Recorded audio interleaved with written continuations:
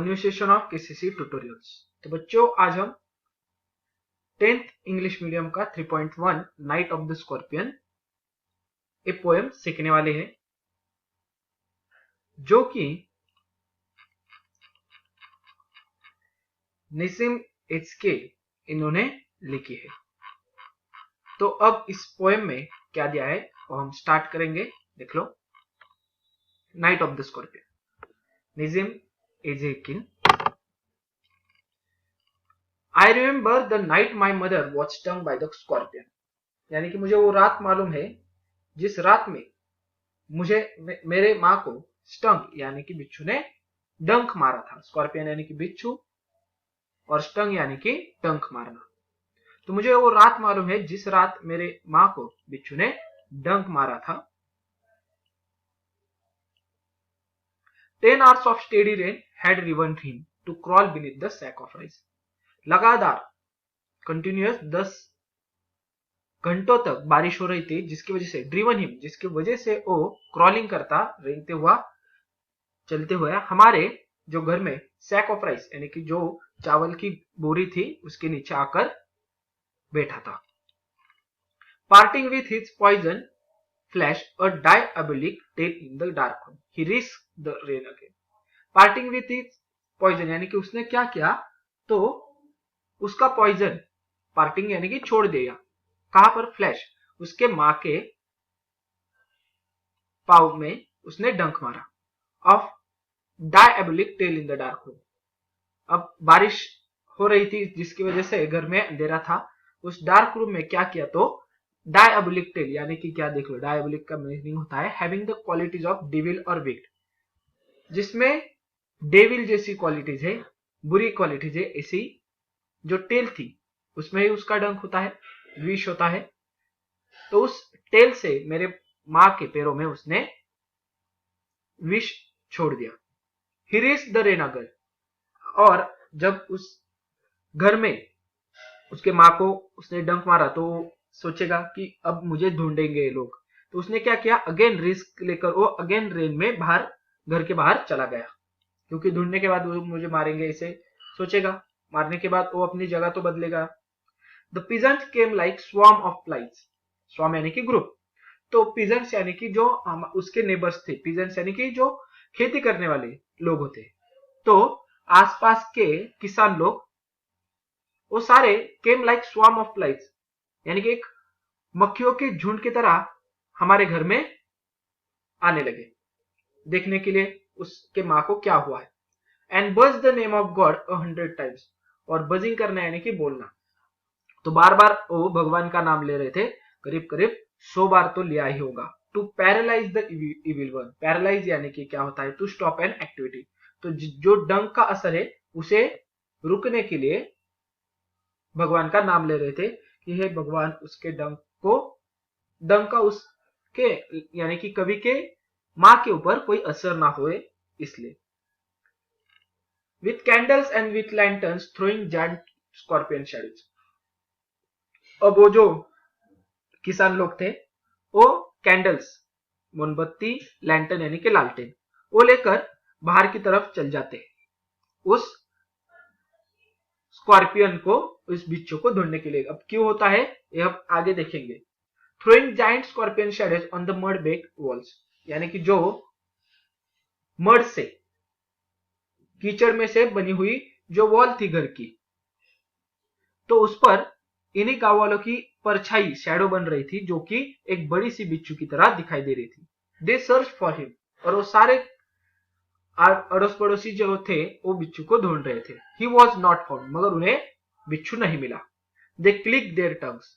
मगर अब वो क्या हो गए, अपने जीभ से आवाज निकालने लगे। यानी कि जब हम परेशान होते तो शिट यार, ऐसे आपके जीभ से आवाज आता है, तो ऐसे क्लिक देयर टंग्स, क्लिक करने लगे। With every movement that the scorpion made his poison move into mother's blood, they said। और वो क्या कर रहे थे, जैसे जैसे बिच्छू भागेगा, जितनी ज्यादा मूवमेंट करेगा उतना ही उसके मदर के ब्लड में जहर फैलता जाएगा। इसलिए वो ढूंढ रहे थे कि उसे हम एक जगह पर रोक सके, मार सके, जिसके कारण जो बिच्छू के काटने का असर होगा वो कम हो सके। आगे बोलते हैं गांव वाले, मे ही सिट स्टिल दे सेड, वो अपने एक जगह पर रुक जाए जिसके कारण ब्लड में आगे जो विष है वो ना फैले इसलिए। तो कुछ लोग क्या बोलते हैं, may the sins of your previous birth be burn away tonight, sins यानी कि पाप, तो तुम्हारे जो पिछले जन्म के पाप थे वो आज इस बिच्छू के काटने से जल जाएंगे, इस पीड़ा से आपके पूरे पिछले जन्म के जो पाप है वो जल जाएंगे, ऐसा दिलासा दे रहे हैं उसके मां। May your suffering decrease the misfortune of your next birth, तो कुछ लोग बोल रहे हैं कि आपका जो अगला जन्म है, आपको जब आज तो जो पीड़ा हो रही है ना, उसके कारण जो आप अगले जन्म में मिसफॉर्चून, आपका जो मिस लक होगा, आपकी जो खराब घटनाएं होगी आपके जीवन में आगे, वो डिक्रीज हो जाएगी इस परेशानी के कारण, यानी कि उसका जो अगले जन्म के जो क्या बोलते हैं हम उसे, परेशानियां है वो आप आज झेल लो ऐसे। तो कुछ लोग कहते हैं may the sum of all evil balance in this unreal world, तो कुछ लोग बोल रहे हैं इस बिच्छू के काटने के कारण आपके जितने पाप थे और जितने पुण्य थे वो अब बैलेंस हो चुके हैं, वो बराबर हो चुके हैं। Again the sum of good become diminished by your pain, और कुछ अच्छा होगा और जो कुछ बुरा है वो डिमिनिश, रिड्यूस, कम हो जाएगा आज के पेन से, यानी कि जो आज आप परेशानी सहन कर रही है, आप दुख सहन कर रही है, उसके कारण आपका अगला जीवन सुखकर हो जाएगा, ऐसे बोल रहे हैं लोग, यानी कि उसके मां को दिलासा दे रहे हैं। May the poison purify your flesh of desire, कुछ लोग बोल रहे हैं इस विष से आपका जो फ्लेश यानी कि हमारे शरीर अंग, वो क्या हो जाएगा, प्यूरिफाई, पवित्र हो जाएगा, ऑफ डिजायर, जो आपके शरीर में आकांक्षा है, इच्छाएं है, उनको प्यूरिफाई, पवित्र कर सके ये विष। And your spirit of ambition, ambition भी आकांक्षाएं, अपेक्षाएं है, उनको पवित्र कर सके, आपके शरीर को ये पॉइजन पवित्र करने वाला है। They said, and they said sat around on the floor with my mother in the centre, और ऐसा कहकर वो सारे मेरे माँ के चारों तरफ बैठ गए और बीच में मेरी माँ फर्श पर पड़ी थी, लेट चुकी थी। The peace of understanding on each face, मगर वो उन सभी के चेहरों पर क्या था, जो मेरी माँ परेशानी सहन कर रही है, वो समझ रहे थे कि कितनी पीड़ा मेरी माँ को हो रही है, उनके सभी के चेहरों पर उतनी उदासी, उतना सिंसियरनेस दिखाई दे रहा था। उसके बाद क्या होता है, मोर कैंडल्स, मोर लैंटर्न्स, मोर नेबर्स, और ज्यादा मोमबत्ती और ज्यादा लैंटर्न लेकर कुछ और नेबर्स हमारे आड़ोस पड़ोसी आते हैं। More insect and the endless rain, कुछ कीड़े मकोड़े भी आते हैं और बारिश अभी भी रुक नहीं रही है, एंडलेस रेन अभी भी चालू है। My mother twisted through and through, मेरी माँ यहां से वहां से वहां फर्श पर हो रही है। ग्रोनिंग ऑन द मैट, उस मैट पर जो उसे चटाई दी है हमने नीचे, उस पर ग्रोन कर रही है, यहाँ से पीड़ा के कारण अपनी लेफ्ट राइट होते हैं ना हम, और पीड़ा के कारण चिल्ला रही है ऐसे। My father sceptic rationalist, sceptic यानी कि जो अंधश्रद्धाओं के ऊपर कोई भी किसी भी विश्वास नहीं होता। रैशनलिस्ट यानी कि a person who believe in reason and knowledge than opinion and belief, यानी कि उनका नास्तिक थे, भगवान पे विश्वास नहीं था, वो बोल रहे थे हर एक चीज का कोई रीजन होता है, नॉलेज पर बेस्ड होता है, ऐसे उसके पिताजी का कहना था। Trying every curse and blessing, मगर आज वही पिताजी मेरे एवरी कर्स एंड, कुछ भी करने के लिए तैयार थे, ब्लेसिंग्स, आशीर्वाद ले रहे थे, पाउडर यूज कर रहे थे, मिक्सचर, कोई भी काढ़ा मिक्सचर, हर्ब्स, जड़ी बूटियां, हाइब्रिड किसी मसाले को, पाउडर को यूज कर रहे थे, जो जिन पर मेरे पिताजी का कभी विश्वास नहीं था। He even poured a little paraffin upon the bitten toe, उन्होंने क्या किया, तो पैराफिन एक वैक्स होता है, नहीं तो ऑयल भी मिलता है, तो उन्होंने उस जहां पर काटा है उस पाव के ऊपर वो पैराफिन भी डाल दिया, and put a match to it, और उसे जलाया, जिसके कारण वो जो काटने का असर था वो कम हो जाए।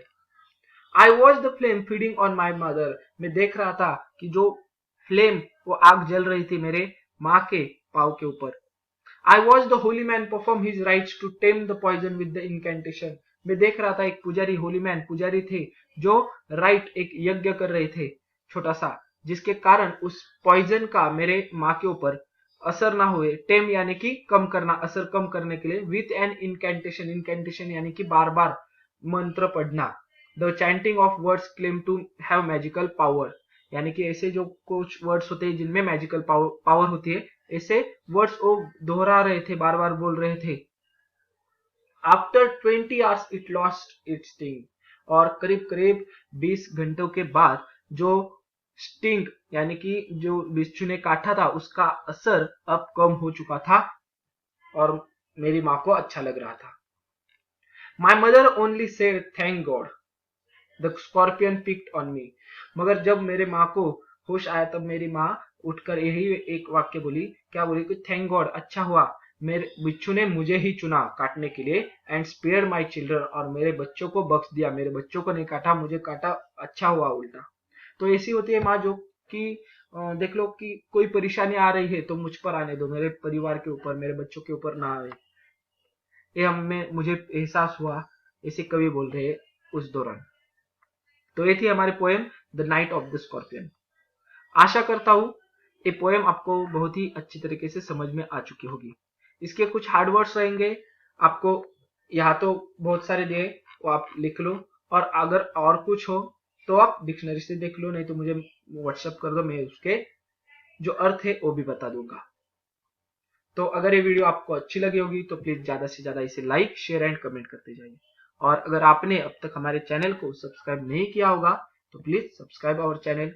केसीसी ऑनलाइन ट्यूशन का अगर आप हिस्सा बनना चाहते हो, हमारी ट्यूशन ज्वाइन करना चाहते हो, तो डिस्प्ले में दिए गए नंबर पे कॉल करके अधिक जानकारी ले सकते हो। Thank you for watching, good bye.